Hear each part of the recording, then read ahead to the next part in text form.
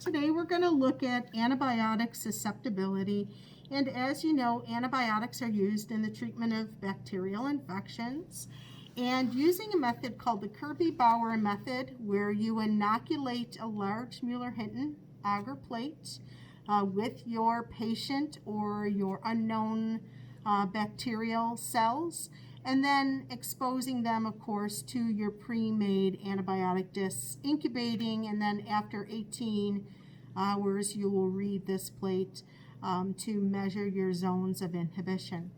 Now, you can see the size of this plate is much larger compared to your traditionally used plate. When we set up this Kirby-Bauer method, we do use a larger Mueller-Hinton agar plate because it allows us to use Dr. Kirby's and Dr. Bauer's handy-dandy device in which they can inoculate the plate with these canisters of multiple antibiotic discs. And this fits right over the plate once it's inoculated, and we depress this plunger onto the cells, and that will allow us to test many antibiotics at one time. The inoculated plate will go into the incubator, and it can be read after 18 hours. Okay, so first things first, we're going to take this large Mueller-Hinton plate, and we're going to put your name on that, and of course the date of the sample. You might want to put, if you have a patient's name or the med record number or sample ID, whatever that's going to be, sample number 1. And you're going to, just like always, want to write it at the bottom of the plate. You want to make sure it's on the media side, never on the sides of the plate or the lid or on the top of the lid. This also gets incubated upside down so that the condensation stays in the lid if any forms. Now, the plate itself, the Mueller-Hinton plate for the Kirby-Bauer procedure, can be done as either as a colony from your patient's plate, or you can use a broth sample in which is tempered up to, is brought up to a 0.5% McFarland standard. And the McFarland standard may not show up well on camera, but it does have a certain turbidity to it as opposed to the clear broth that you have here. I'm going to use the McFarland method to do that because I feel like you get a nice equal distribution of bacteria in the broth, and it makes it easier to inoculate your plate. So the way that we would do this is that we would use our patient's plate. We would aseptically sterilize a loop and pick up colonies and inoculate the broth until we reach the turbidity of the 0.5. Now these are pretty small colonies, so it's probably going to take me quite a few colonies to get this broth up to the same turbidity. So it's better to take too little initially than it is to take too many. So when they're smaller, I tell students to go ahead and get that off. You take your broth and inoculate that after you go ahead and aseptically prepare your tube. You want to heat the neck of that, and then you want to put your loop in, and you want to mix the bacteria in there, okay? And you're going to put that lid back on, and you're going to heat your loop up.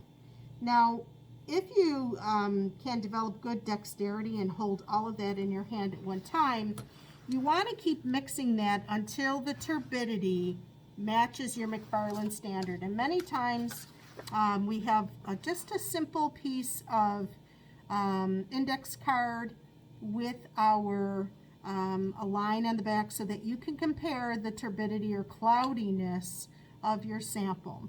So for science sake, I'm going to say that I'm at my 0.5% McFarland standard, and I'm going to use a swab, a sterile swab, They'll say sterile polyester tip swab.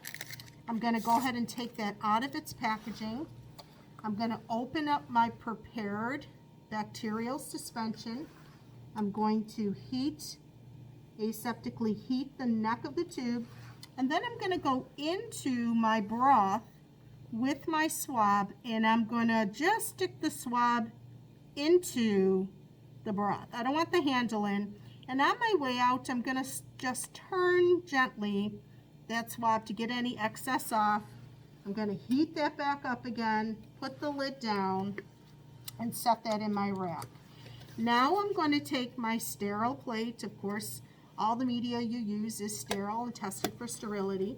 I'm going to open it up, and just like my urine plate, if you saw that video, I'm going to start in the middle, and I'm going to go down, and I'm going to come up. Now the difference with this type of test is you don't want to streak for isolation. You want to create something called a lawn, which means you want a nice thick growth. So with my center line, I'm going to take my swab and I'm going to streak and overlap and make it as tight as I can all the way down. I'm going to do a quarter turn, and I'm going to go over that. Another quarter turn, go over that, and another quarter turn and go over that pattern too. And then I'm going to take my swab and I'm going to go right around the ring, and I'm going to close this back up. Now the whole key with this, and the reason we call it a lawn, is it's just like you would plant grass seed. You would want maximum coverage with seeds to make a nice thick healthy grass.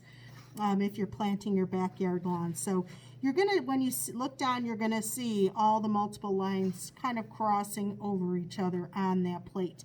And as those colonies grow in the 18 hours, they will merge and become a lawn, a solid sheet or film of bacteria, and you should see no spaces in between. Now I'm going to take out my Kirby Bauer system, and as I mentioned, this Kirby Bauer system contains multiple types of antibiotics that can be used to treat your patient's infection. And what you're going to do is you're going to open up your plate. You're going to face the agar up. You're going to be careful not to touch the lid or the plate. And you're going to set the Kirby Bauer system right over your plate, and you're going to plunge down one time. And that should release individual discs onto the plate. And as you can see here, multiple discs have gone down. The system's designed to space, to socially distance our discs, because what's going to happen is the antibiotic in each of these discs is going to immediately start diffusing into the agar.